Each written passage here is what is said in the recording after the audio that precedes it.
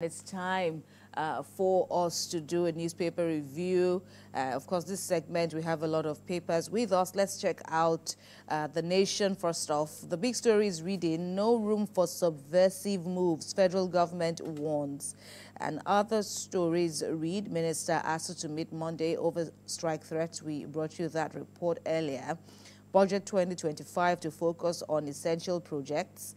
Ongoing roadworks will be completed, says Minister of Works David Umahi. 51% of farming areas threatened by flooding. All right, let's go to the next paper now, the Daily Times. Federal government will not tolerate subversion of democratic governments. That's according to the Attorney General of the Federation, Lateef Fagbemi, who says further that laws of the land have made copious provisions on how to deal with treasonable acts. Tinubu congratulates Justice Ariwoola, who exited on Thursday as the CJN over a successful public service career. To swear in Justice Ariwoola's successor today approves 10 billion naira grant for DSO. Chief of Army Staff orders investigation into alleged killing of 3 locals' cattle in Kaduna State. ICPC warns against undermining Supreme Court's judgment on LG autonomy. Angry Chinese investors seizes another jet from Nigeria and Canada. FG to prosecute foreigners funding banditry for economic sabotage. And why fuel queues persist, President of the Petroleum and Natural Gas Senior Association of Nigeria proffers reasons. Daily Independent is next. Tinubu's government will not tolerate subversion under any guise, says federal government, and that present administration has clear mandate of the people. Minister of Works is quoted as saying 16 trillion naira needed to complete projects inherited by Tinubu government. BPP blocks shady procurement processes, saves 1.7 trillion naira in 13 years. And federal government unveils national plan to combat non-communicable diseases in Nigeria. Voice of Liberty says President Tinubu approves 10 billion naira to fast-track digital switchover from analog TV broadcasting. DG NBC is quoted there, army to probe killing of civilians, 100 cattle in Kaduna. Tinubu vows to remove threats, protect all. Crude oil drilling exploration in North on course. That's according to the NNPCL.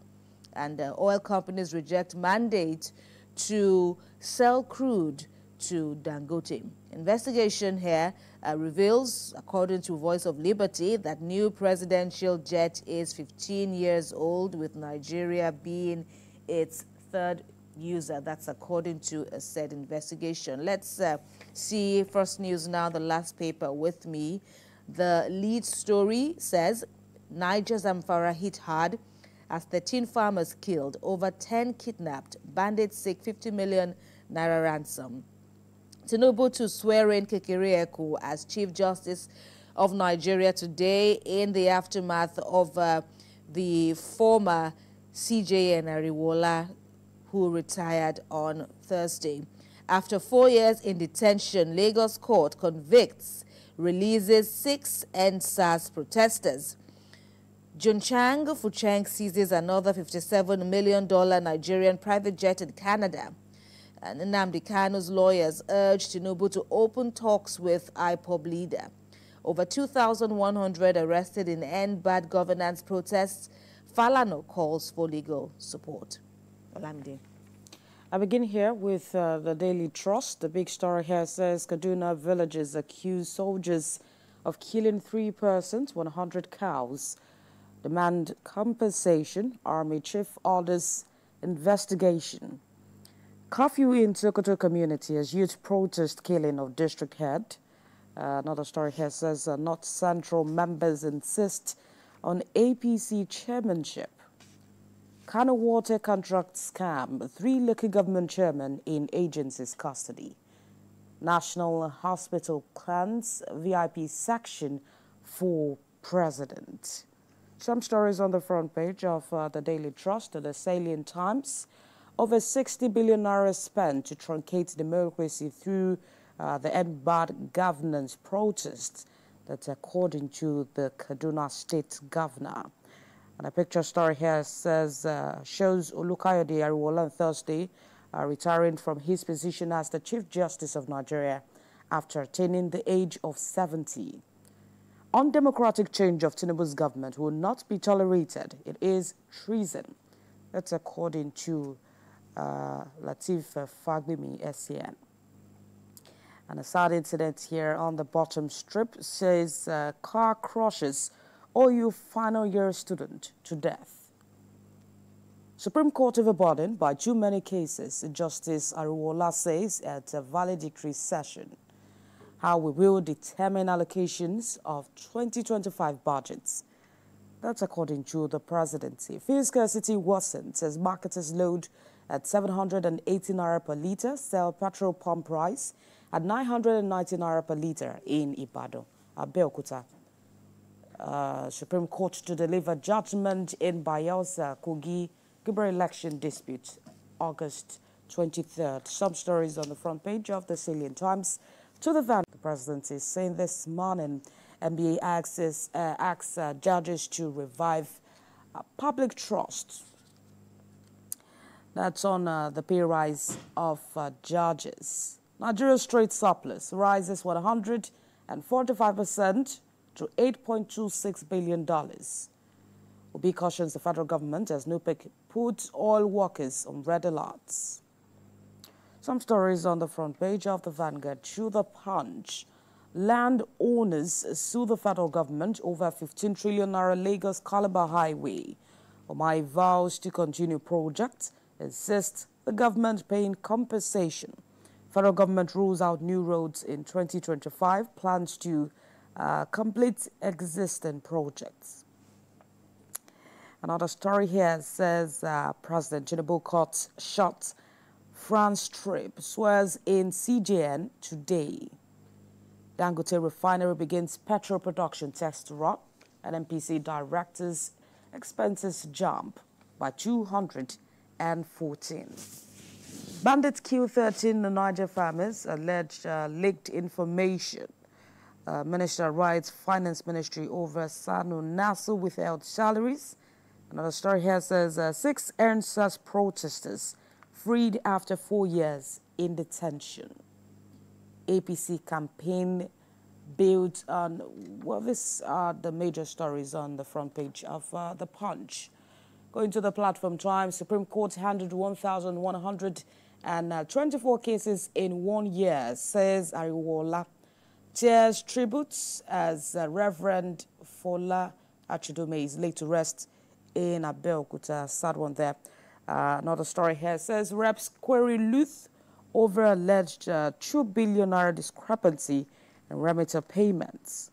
Supreme Court to deliver judgment in Bayelsa Kogi Guber election dispute, August 23. New constitution for Nigeria necessary but not urgent.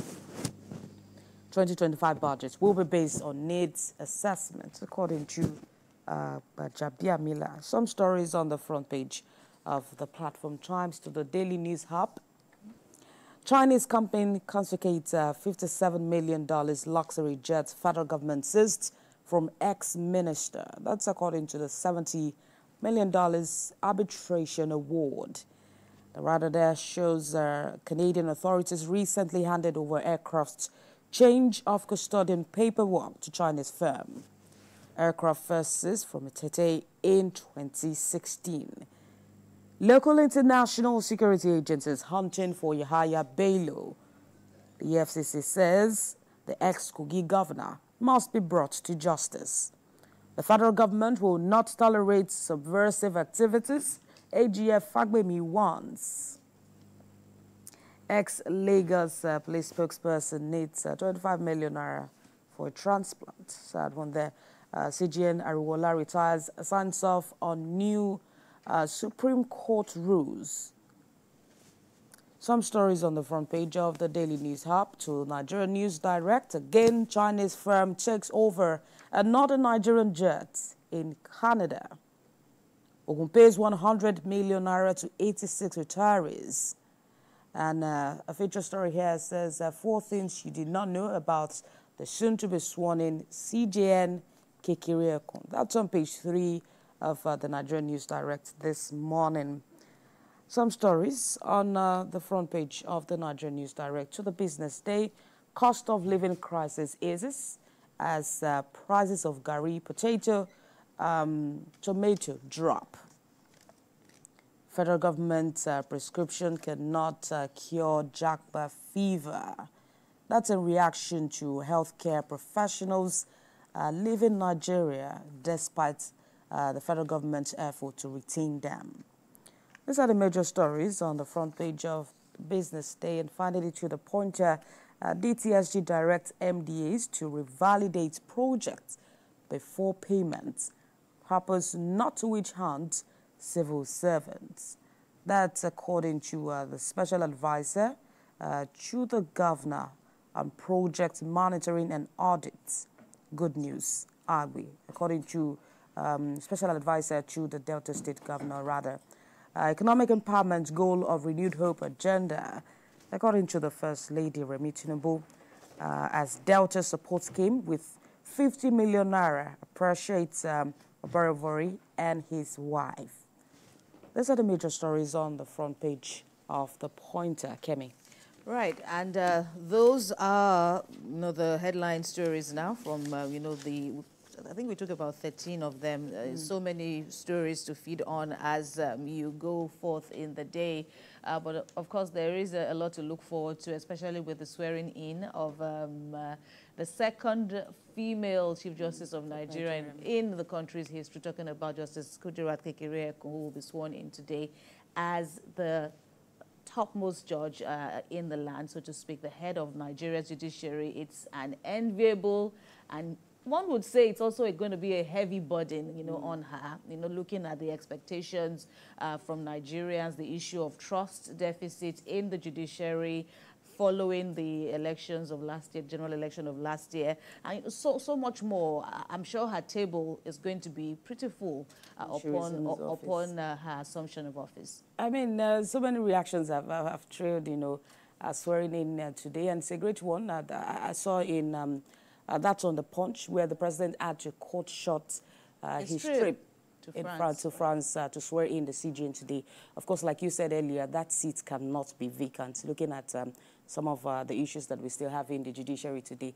And there are hopes that she will bring some sort of cleansing or more cleansing that has always been in the judiciary, addressing some of the issues that we have in the judiciary today, and also pending court cases as it is. Absolutely, absolutely. Of course, I will bring you the highlights of the swearing in, will bring you that report and, so much more during the course of the day. But